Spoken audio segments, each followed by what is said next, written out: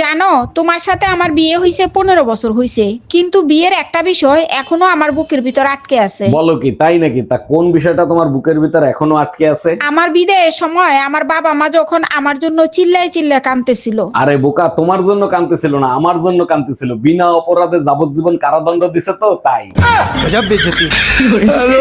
জানো, বিয়ার আগে যখন আমি রাগ করতাম আব্বা মা টেনশন করতো আমি ভাত খামু কি খামু না। আর এখন আমি টেনশন করি ভাত পামু কি পামু না। তুই কয়টা রুটি খাবি? চারটা। তুই চারটা রুটি খাইতে পারবি তো? তাইলে তিনটা বানাও। তিনটা রুটি তুই খাবি, নষ্ট করবি না তো? আচ্ছা তাইলে একটা বানাও। একটা রুটির জন্য আমি আটা করতে পারবো না, রাতে খাই যা। ও মামা, হ্যাঁ, আমি তোমার বাবাকেই বিয়ে করব। অমন বলতে হয়? আমার বাবা তোমার দাদু হয়, দাদুকে কেউ বিয়ে করে? কেন? তুমিও তো আমার বাবাকে বিয়ে করেছো, আমি কি কিছু বলেছি?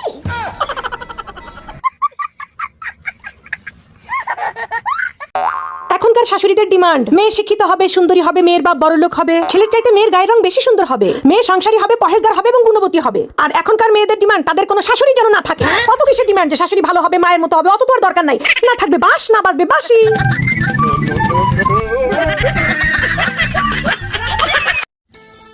এই শুনো, তোমার একটা স্বভাব না আমার খুব ভালো লেগেছে। আচ্ছা, কি রকম স্বভাব? এই তো মানুষ বলে বিয়ের পরে পুরুষ মানুষ নাকি বদলে যায়, কিন্তু তুমি একদমই বদলাও নাই। তুমি কিভাবে বুঝলা? এই যে বিয়ের আগেও তুমি গরিব ছিলা, এখনো সেই গরিবই আছো। যাদেরকে আপনি কঠিন সময় থেকে তুলে এনেছেন তারাই একদিন আপনাকে আঘাত করবে, কারণ মানুষের কৃতজ্ঞতা বোধ খুব ক্ষণস্থায়ী। আপনার করা ত্যাগগুলো তাদের কাছে একসময় অজুহাত বা প্রয়োজন মনে হতে পারে। তারা ভুলে যায় সেই দিনগুলোর কথা, যখন আপনি নিজের স্বার্থ বিসর্জন দিয়ে তাদের পাশে দাঁড়িয়েছিলেন। আচ্ছা বলো তো, লন্ডন দূরে নাকি চাঁদ দূরে? লন্ডন দূরে নাকি চাঁদ দূরে?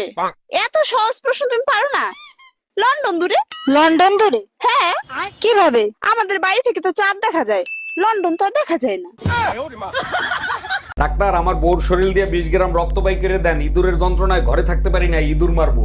আরে অরুণ সাহেব, ইঁদুর কি আর রক্ত দিয়ে মারা যায়? ইঁদুর মারতে হইলে ভালো বিষ কিনে নিয়ে আসেন। আরে ডাক্তার, আপনি তো জানেন না, আমার বউর একবার সাপে কামড়াইছিল। সাপ মারা গেছে কিন্তু বউ মরে নাই। তোর মায়ের রক্ত দিয়ে ইঁদুর মার।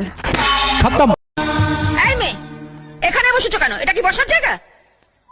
এটা বসার জায়গা নয়, এখানে যে গদি পাতা আছে। এটা তোমার বসার জায়গা নয়, ওঠো এখান থেকে। ও, তাহলে তাহলে কার বসার জায়গা? এ বাড়ির লোকেদের। ও, তাহলে তো ঠিকই আছে, আমি তো এখন এ বাড়ির লোক। এ বাড়ির লোক কোথাকার কে অজাত কুজাত? চুপ, একদম চুপ। তখন থেকে উল্টো পাল্টা বকে যাচ্ছে। অজাত। তুই আমাকে নাম ধরে ডাকিস কেন? তোর জন্য আমার মেয়েও আমাকে নাম ধরে ডাকছে। ঠিক আছে, তাহলে আজকে থেকে আমি তোর মা বলে ডাকবো, তাহলে মেয়েও তোর মা বলে ডাকবে। কোনোদিন কোনো পুরুষ যদি বলে আমি বদলাই গেছি, বিশ্বাস করো আমি পুরা বদলাই গেছি, ভাই বিশ্বাস করবেন না। পুরুষ কোনোদিন বদলায় না। হয় তার সমস্ত অপরাধ সে সুন্দর করে লুকানো শিখছে, না হয় সে নতুন কোনো টেকনিক আবিষ্কার করছে যেটাতে ধরা পড়ার চান্স কম, অথবা সে অবস্থান বদলে ফেলেছে। বলে পুরুষ মানুষ কোনোদিন অপরাধ করা থেকে দূরে আসতে পারে না, তাদের স্বভাবের মধ্যেই নাই। অতএব কোনো পুরুষ যদি কোনোদিন বলে জান আমি বদলাই গেছি, 100% চেঞ্জ হয়ে গেছি, শালা একদম মিথ্যা কথা বলতেছে। এই শুনো, তোমার একটা স্বভাব না আমার খুব ভালো লেগেছে। আচ্ছা, কি রকম স্বভাব? এই তো মানুষ বলে বিয়ের পরে পুরুষ মানুষ নাকি বদলে যায়, কিন্তু তুমি একদমই বদলাও নাই। তুমি কিভাবে বুঝলা? এই যে বিয়ের আগেও তুমি গরিব ছিলা, এখনো সেই গরিবই আছো।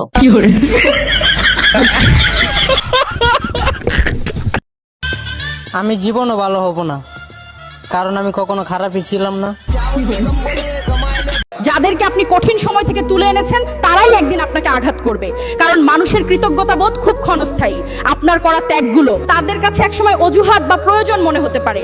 তারা ভুলে যায় সেই দিনগুলোর কথা, যখন আপনি নিজের স্বার্থ বিসর্জন দিয়ে তাদের পাশে দাঁড়িয়েছিলেন। আমি যদি নতুন জামা কাপড় পরি, আমার আশেপাশের হতিনেরা এরম করে থাই। নতুন জামা কাপড় পরা পছন্দ করে না, হিংসা করে আমারে।